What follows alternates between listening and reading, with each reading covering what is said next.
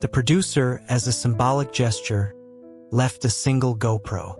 He knew it would be a liability with Liam, so he cautiously presented it to Ethan.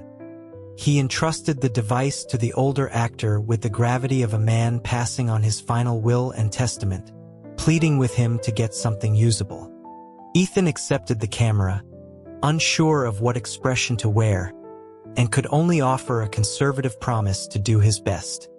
Most observatories were essentially scientific outposts, this one a metal tower supporting a domed fortress against the sky. A grizzled attendant, smelling faintly of coffee and pine, led them into the structure's core. Ethan, holding the GoPro aloft, filmed their ascent up a spiraling metal staircase that seemed to climb directly into the heavens, ending at the uppermost terrace. The attendant pressed an unseen button, and the dome split open, retracting like the petals of a metallic flower. The sky at this hour was not a pure black but a deep, bruised indigo, like a river stained with ink. Liam was already ahead, his silhouette the only thing visible in Ethan's lens. The terrace was vast and windswept. Liam turned, his hand outstretched toward Ethan, and gently pulled him the final few steps onto the platform. The stars here were different from their urban counterparts, a dense, shimmering tapestry woven into the night. Ethan fumbled with the GoPro's angle, trying to capture the sheer immensity of it all. Liam guided Ethan's arm, telling him to shoot from a different perspective, to sweep the lens in a slow circle. Ethan expressed concern that turning the camera that way would show their faces. Liam's arm wrapped around his shoulders, his fingers securing Ethan's chin. He leaned in and pressed a kiss to Ethan's lips. The camera caught the entire moment perfectly. Ethan was momentarily speechless. He couldn't help but ask if his face had been distorted by the firm grip on his jaw. Liam's shoulders shook with silent laughter. Ethan nudged him sharply with his elbow. A clean, thick wool blanket had been left on the terrace floor. Ethan's legs were tired from standing, so he sat down, positioning the GoPro to film a static shot of the starfield. Liam suggested they turn off their microphones. Ethan was skeptical, asking if that was allowed. Liam was dismissive, pointing out that there was nothing to record with no one else around. He remarked that it would take forever for the production team to round up the younger contestants, who were probably lost somewhere in the national park, and no one would be paying attention to them anyway. Ethan considered this and agreed. He sent a quick text to the producer, who replied that the two of them should just enjoy themselves. Relieved of their duties, they unclipped the small audio packs and tossed them aside. Liam stretched out his legs and patted his thigh, inviting Ethan to lie down. Ethan complied, resting his head in Liam's lap. He gazed at the cosmos for a while before remarking that he'd seen a sky like this once before, while filming on location in the high desert of Wyoming. He gestured with an open hand toward the horizon, recalling that he had even seen the Milky Way. Liam thought for a moment, then asked if he was talking about Wanderlust. That series was a decade old, Ethan's first leading role after he'd broken through. He had played a young, modern-day drifter, a man who spent his days on horseback, fixing fences, and picking wildflowers from a remote mountain pass for the girl he loved. Ethan was surprised that Liam even knew about it. Liam, leaning back on his arms, casually stated that he had watched it. He said that Ethan had been much tanner back then, with a smile that was dangerously beautiful. His hair long and tied back, and he was always surrounded by a pack of scruffy, loyal dogs. Ethan found his recollection of the details peculiar, questioning if that was all he had taken from the show. Liam's response was a question of its own. What else was there to see? He asserted that, in that role, anyone would have fallen in love with him. Ethan had only been in his early 20s then, just shedding the last of his youthful awkwardness. For that part, He had moved to rural Wyoming half a year early, living among ranchers until the film crew arrived. The director later told reporters he hadn't even recognized him at first. Wanderlust had been an unprecedented success, earning Ethan a Breakthrough Performance Award and setting him on a path of steady, acclaimed work. He asked Liam when he had found the time to watch it. Liam explained that he had simply made time, watching all of Ethan's old clips. He confessed that he'd gotten them from his sister, Annie, who kept a complete collection of all his work since he started acting. Ethan let out a slow, appreciative sound, though what he was appreciating remained unclear. Liam lowered his head, his fingers tracing through Ethan's hair. He suddenly changed the subject, asking if Ethan liked Ryan's tattoo. Ethan, confused by the abrupt mention of another contestant, answered honestly that it was because he remembered Liam had once played a tattoo artist. A moment of silence passed. Liam seemed to have forgotten, asking uncertainly if he really had played such a role. Ethan frowned slightly, sitting up from Liam's lap. His expression shifted into that of a senior actor correcting a less-than-diligent junior. He questioned how Liam could not remember his own roles. Liam, for once, seemed to lack confidence as he racked his brain. Ethan was already pulling out his phone, quickly searching for the film's details. He found the page and held it up for Liam to see, stating with certainty that he had played the second lead. Liam's relief was palpable, and he defensively claimed that he only remembered the films where he was the star. Supporting roles were naturally forgettable. Ethan clearly saw this as an excuse, his expression remaining unimpressed.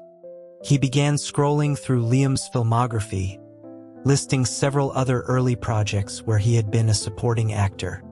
Liam couldn't take it anymore. He pleaded with Ethan to be less strict, suggesting they were supposed to be looking at the stars. After a moment of hesitation, Ethan reluctantly agreed and lay back down. Liam watched him for a long time before circling back to the original topic, asking again if he didn't like Ryan's tattoo. Ethan seemed to have anticipated this, his lips twitching into a smile he could no longer suppress. Liam grumbled about his good mood, asking what was so funny. Ethan, in a languid tone, called him absurd. Liam grabbed his shoulders, protesting the accusation. Ethan turned onto his side, facing him, and wrapped an arm around Liam's waist. He told him he was unbelievably petty. In the dim light, Liam rolled his eyes, then leaned down to kiss him. Ethan obliged, his arms reaching up to tangle around Liam's neck. When they came down from the terrace, the attendant was still waiting by the entrance, visibly drowsy. Seeing them emerge hand in hand, he couldn't resist a light-hearted jest, saying he had thought they'd fallen asleep up there. Liam, holding up the GoPro, calmly invented an excuse about filming some extra footage. Behind him, Ethan covered his mouth to hide a smile. The attendant, hearing they were working, perked up. He asked enthusiastically if the view was good, noting that the Big and Little Dipper were particularly clear at this time of year, and wondered if they had noticed. A question mark seemed to materialize over Liam's head. He hadn't expected an astronomy quiz. He could only hedge, saying he supposed they had. The attendant pressed on, asking him to describe what he saw. Liam opened his mouth, his expression blank. From behind him, Ethan's quiet voice prompted him, reminding him that it was the North Star, questioning if he truly didn't know even that. On the way back to the camp, Liam was still fixated on the Big Dipper. Ethan suspected that the first thing Liam did with a new script was likely to look up the pronunciation of any words he didn't recognize. Of course, Ethan would never look down on him for this. In his view, it was a sign of complete professionalism. Besides, Liam was far from unintelligent. On the contrary, he was exceptionally sharp. Ethan even recalled Liam giving a full interview in English when he won an award overseas, a remarkable feat for someone who had dropped out of middle school. The answers were likely prepared and memorized in advance. But Liam never shied away from the fact that his formal education was limited. He was candid about it, stating that he was a hard worker and diligent. Hearing the words hard worker always gave Ethan a complicated feeling. He sometimes reflected on their journey, the public scandal, the binding contract, the staged romance. From the very beginning, when Liam had complained about his socks, to the moment he brought him home, when Liam, holding a shovel, had looked at him and said, "Stay with me." In youth, a burst of reckless courage might be enough to declare love. But as one aged, things far more important than courage often stood in the way. A doctor had once told him to find someone with whom he could share his secrets. Ethan now understood. Could never be anyone else. Could only be Liam. They might have passed the age for reckless courage, but they would forever share themselves, their souls and their bodies. Liam seemed genuinely fond of the character Ethan played in Wanderlust. On the trail back, riding his horse, he looked over at Ethan on his own mount and said that Ethan probably had no idea how beautiful he was back then. Ethan laughed, relaxed, saying he was older now and couldn't recapture that feeling. Liam insisted he was beautiful now in a different way. He paused, then added that he sometimes wondered what it would have been like if they had met back then. Ethan thought about it and pointed out that Liam would have still been on the runway. Liam, with a sudden surge of pride, corrected him, saying that before he made his film debut, he was already one of the top male models in the country. He wasn't entirely unworthy of him, he added. The process of the film crew finding the group led by Chloe could have been its own special feature. Some got lost, others lost their horses. By the time everyone was rounded up, the actress, once a pristine sitcom darling, looked less like a sweetheart and more like a vengeful spirit. She hadn't seen any stars, hadn't gotten her fill of watching the two of them, and returned to camp starving, only to find Ethan and Liam grilling hot dogs over a bonfire. Chloe, her voice a weak rasp, asked if they had gone stargazing. Back in his tent, Ethan put his microphone pack back on. He gestured for Chloe to maintain her public image, asking if she wanted a veggie dog. Chloe looked at him mournfully, lamenting that now even her hot dogs had to be vegetarian. Despite her words, with a workaholic like Ethan present, she didn't dare break character and feast. Female celebrities were meticulous about their figures and faces. They could never be outdone in that regard. While Ethan prepared a veggie dog, Caitlin and Alex, the lost pair, finally returned. Their detour had been so long it seemed to have thinned their horses. Ryan felt terribly guilty and crouched by the fire, silently prepping buns to atone for his navigational errors.